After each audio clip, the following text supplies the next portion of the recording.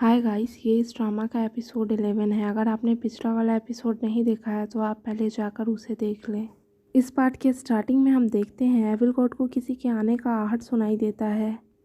Xiao सबको बताती है ये जुएतियांग कबीले के लोग हैं, ये यहाँ फायर स्टोन लेने के लिए आ रहे हैं। ये कहकर जियाओ उन लोगों से युद्ध करने जाने लगती है, पर कुकी उसे रोकता है तो जियाओ कहती है इन लोगों ने मेरे फैमिली और मेरे लोगों को मार दिया, ये बात मैं अभी तक भूली नहीं हूँ और ना ही अब से मैं तुम्हारी पंखों वाली भगवान हूँ।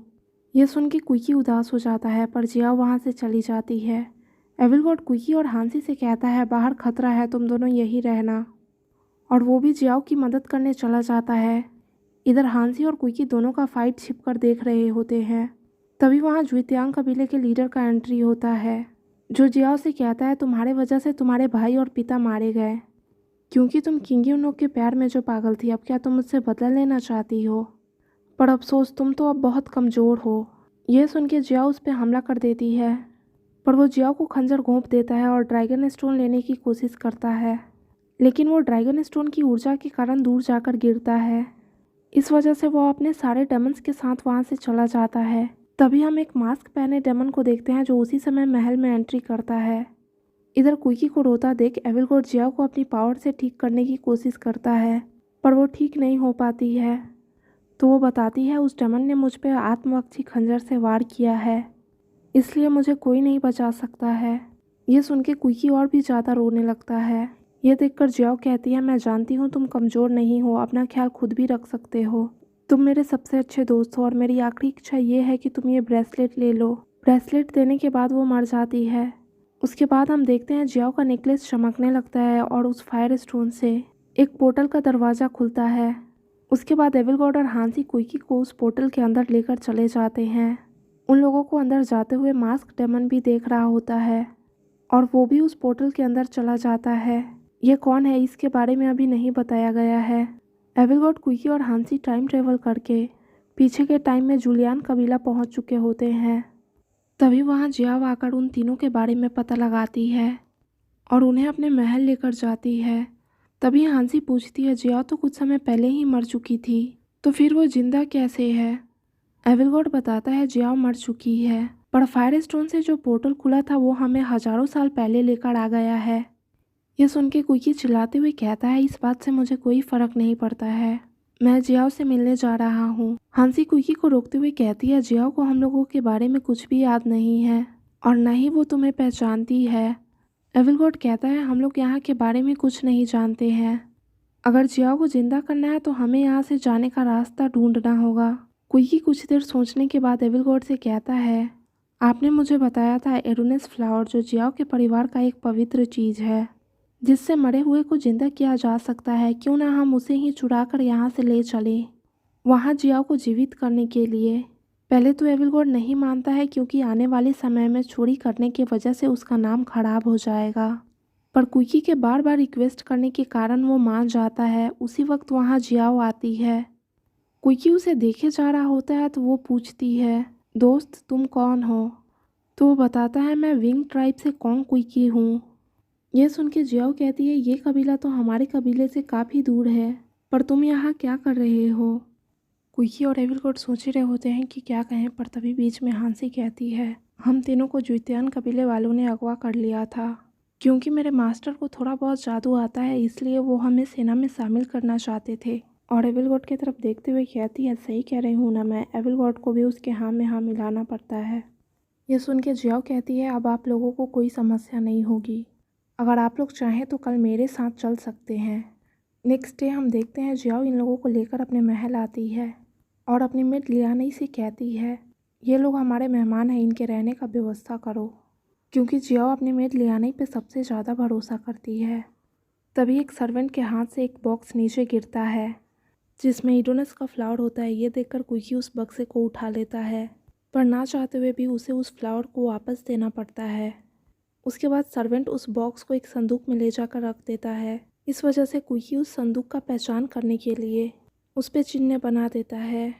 लियान भाई सबको बताती है हमारी राजकुमारी किंग यूनोक से शादी करने वाली है, ये सारे संदूक वहीं जाएंगे। उसकी बातें सुन के कुकी निराश हो जाता है। कुकी को निराश देखकर एविल गॉड और हांसी प्लान बनाते हैं आज रात को ही हम लोग एडोनस का फ्लावर लेकर यहाँ से निकल जाएंगे। उसके बाद हम जियाओ को देखते हैं जो अपनी मेट से पूछ रही होती है किंग यूनोक मुझसे शादी क्यों करना चाहता है। वो तो हमारा दुश्मन है, मुझे डर है कहीं वो तो हमारे खिलाफ कोई साजिश तो नहीं कर रहा है। लियान भाई उसे भरोसा दिलाते हुए कहती है आपने उनकी जान बचाई थी, हो सकता है पहली नज़र में ही आप उन्हें पसंद आ गई हों। राजकुमारी आप फिक्र ना करें, हमें जूतियान कबीले से कोई खतरा नहीं है। तभी वहाँ कुकी आकर जियाओ से महल छोड़ के जाने का परमिशन मांगता है।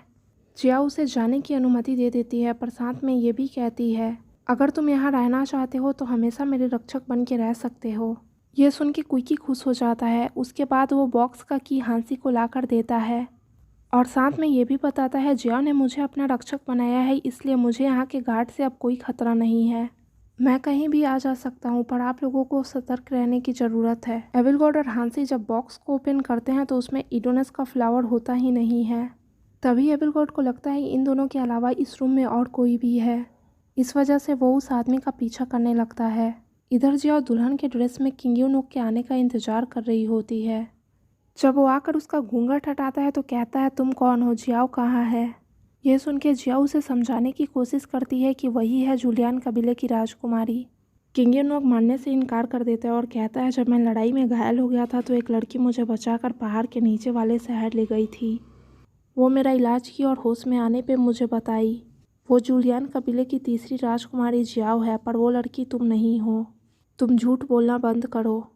तभी उसे जियाओ की मेट लियान भाई याद आती है। इस वजह से उसे ढूंढने के लिए बाहर निकलता है पर लियान भाई तो गेट पे ही खड़ी होकर उन दोनों की बातें सुन रही होती है। जब वो किंग यूनोक को देखती है तो उसके पीछे जाने लगती है, वो भी उसके पीछे जाता है। नेक्स्ट डे हम देखते हैं जियाओ को मालूम हो जाता है कि उसका इडोनस का फ्लावर किसी ने चोरी कर लिया है। इसलिए वो सभी गार्ड को बुलाकर पूछती है अगर तुम लोगों में से किसी ने चोरी किया है तो बताओ, वरना इसकी बहुत बड़ी सज़ा मिलेगी। कुकी बताता है लियान भाई ही इडोनस का फ्लावर चोरी की है क्योंकि फ्लावर तक पहुंचने का सीक्रेट रास्ता सिर्फ उसी को ही मालूम था। पर लियान भाई मानने से इनकार कर देती है। इस वजह से जियाओ से पूछती है कल मेरी शादी थी पर तुम मुझे दिखी ही नहीं। वैसे तो हम एक दूसरे को कई वर्षों से जानते हैं, तुम्हें मालूम होनी चाहिए मुझे धोखा देने वालों से सख्त नफरत है। और लियान भाई को मारने के लिए कुकी का स्वॉर्ड लेने ही वाली होती है। पर तभी किंग यूनोक लियान भाई को बचाते हुए जियाओ से कहता है अगर तुम लियान भाई को मारना चाहती हो तो पहले तुम्हें अच्छे से तहकीकात करवा लेनी चाहिए। यह सुन के जियाओ कहती है मैं अच्छे से जांच करवा चुकी हूँ। एडोनस का फ्लावर लियान भाई ही चोरी की है, वो मेरे परिवार का धरोहर है। तभी किंग यूनोक उसे बचाते हुए कहता है तुम गलत हो, कल रात लियान भाई मेरे साथ थी। जियाओ कहती है तुम ये क्या कह रहे हो। वो बताता है युद्ध में मुझे तुम नहीं लियान भाई बचाई थी, इसलिए मैं उसी से ही शादी करूँगा। जियाओ कहती है मैं तुम्हें बचाई थी और इसका सच लियान भाई तुम्हें बताएगी।